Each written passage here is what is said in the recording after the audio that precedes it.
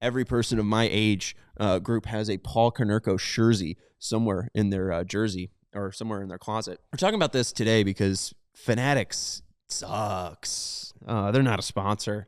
I don't buy anything from Fanatics. And man, they just suck. They absolutely have ruined sports merchandising for fans. And you typically would be able to walk into any sports merchandise store, whether it be at the park or, something like Grandstand. This is a picture from Twitter of a Boston merch. I couldn't find one with White Sox ones, but remember just walking in and you'd be able to get a jersey of any player. You could look at that screen right there and you see, John Lester. I think that's a Carlos Nava jersey. I would die to go and see just a vast wall of jerseys. But Michael Rubin and his cracked team over at Fanatics has just gone out and tore the soul out of any sports merchandise. And there is no longer connecting to a team. It is just buying a brand. And I would encourage you to go to Twitter and look at what Fanatics has put out at the Super Bowl this year. They are upcharging things that are currently on the Nike app for $160 for like $275. The things that are worn right now by the players at Media Day, they're upcharging those hoodies while already being an upcharge product. You could go look at the jerseys that they're selling for the Patriots.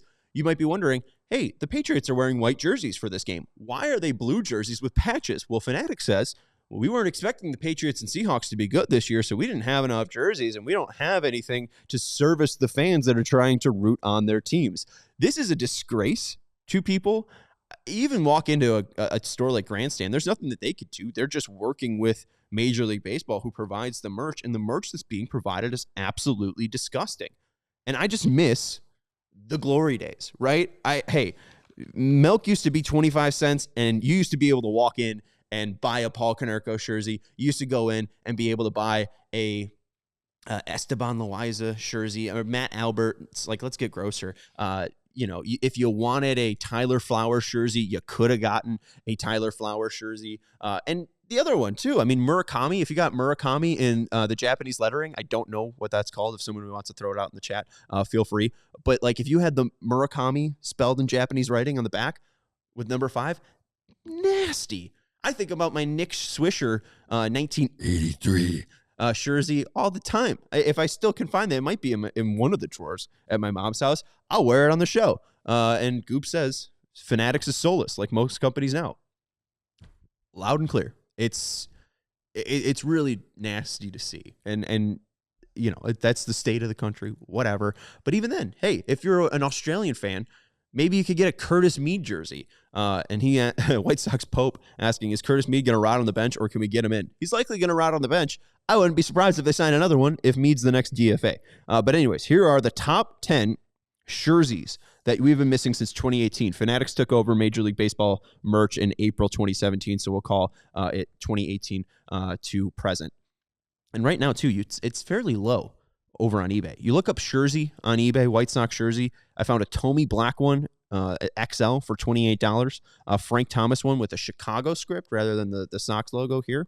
XL, $20. And then there's 2 Chris Sale ones, one with this logo right here, classic black one, medium, $10. And then the 2015 Cincinnati All-Star Game jersey for $13. So here are the top 10 jerseys that we've missed out on since 2018. I'm not including Teal or Colson because I think both of them are possible jersey players that you wouldn't want to get the jersey for. You got to get the jersey for. And Konerko, I understand that he could be a guy that you have the jersey for, but I think that this was one of the last jerseys I bought. This was a real clean one. I think I bought this when Paulie was going out, and it was like, oh, I don't have a Konerko jersey. Well, you get the jersey then, right? Jay Corona saying, I want a custom Larry Horse jersey. R.I.P. Terry Boers. By Cracky. Let's get into the top 10 jerseys since 2018. Number 10, he's a legend. I know people want to hem and haw about how much he was played in 2021, if he was deserving of that contract or not. But in 2021, playoff game, the White Sox won. Leury Garcia hit the go-ahead home run. And Leury legend, absolutely. I understand it's controversial, but I'm putting him in at 10. He is the guy that practically started this debate. And then someone was like, well, he's just Willie Harris. And it's like, well, I would buy a Willie Harris jersey. Willie Harris is a perfect jersey guy. Lurie Garcia is 10.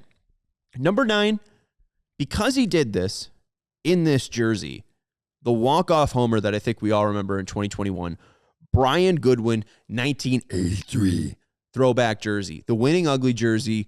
Goodwin hits that walk-off homer. Massive bat flip. There's no way you're walking out and not going to the Sox team store and buying a Brian Goodwin jersey and selling him out that day. At 8, I put a Liam Hendriks one. I think especially when he comes back post-cancer, that place would have been filled. 40,000 people with a black Liam Hendriks jersey. And he's just a cool, who doesn't love a closer, right? I understand that Liam gave up some frustrating homers, and there were plenty of post-game shows where we were talking about, hey, that's kind of Liam. He's going to strike out a ton. He's going to give up some decent hard contact because he throws so hard. But Hendriks, very solid dude, very solid pitcher. I miss having a closer of that ilk. So we're going to go Liam Hendriks at 8. 7, especially in his rookie year, or even post Patrick Corbin moonshot to center field, Eloy Jimenez 1983 jersey. Maybe you don't want to buy the 83 jersey specifically for Jimenez, but especially Eloy in that first season, the weird number in 74, the thanks Cubs remark by Jason Benetti. I feel like at some point you would probably see 100 to 200 Eloy Jimenez winning ugly jerseys. 6 is where we get gross. Sebi Zavala, and not just a black one. I'm just going Field of Dreams. I think Abreu hit a homer. Anderson hit a homer. Forget the other one hit a homer. But Sebi Zavala did hit a homer for the White Sox in the Field of Dreams game. And if I saw a Zavala Field of Dreams game at the park, I am tackling that person with absolute glee and joy. At 5, I feel like this is more of a jersey guy, but it's sort of the Konerko thing. It's the Konerko area where even in like 2020, if you hadn't been watching the Sox, but you knew of this player, and then he goes on this run and wins an MVP, I feel like you're seeing a decent amount of Jose Abreu black jerseys. Just a classic, can't go wrong with the player, legend of the franchise, still currently playing. I feel like Abreu would be a decent jersey if you're not buying the jersey for that player. At 4, this is a moment. In 2021, he wasn't highly thought of. In 2020, they threw him in there in Cleveland. He didn't do much in Oakland in the postseason, but he was a former first-round pick. And in 2021, Carlos Rodon was the best pitcher on the planet. And I was so sad when they didn't sign him and he let him go to San Francisco. I would love to be watching Carl in a White Sox jersey right now. I would probably wear my Rodon jersey to bed every night. We're going to put Rodon at 4 in 2021. At 3, Garrett Crochet, 2024 All-Star Game. It's the worst year in White Sox history, and it might be the best All-Star that they had in years. Crochet was a monster heading into that All-Star Game. It's a funky jersey design as well with the Texas one, so I really think that Crochet would be a very, very niche 2024 All-Star Game jersey to wear, similar to the Cincinnati Sale one that I brought up just recently. Crochet 2024 All-Star Game one would be gross.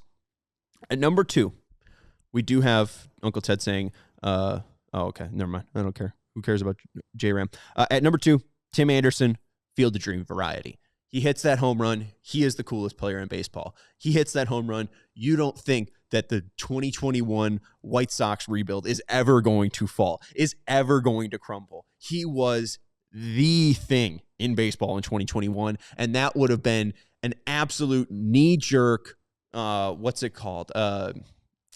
Doing it in the spur of the moment, impulse buy that you could have.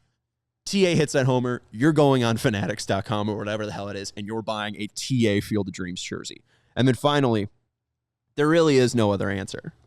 In April, when this bowling ball of a man is coming up and hitting 485-foot homers off of Brad Keller, is getting a hit in 8 straight games to start his career, your main Mercedes jerseys would litter the South Side. They would still have stock that they couldn't sell of your mean Mercedes jerseys if they had Fanatics up and running at a proper institution like they should be.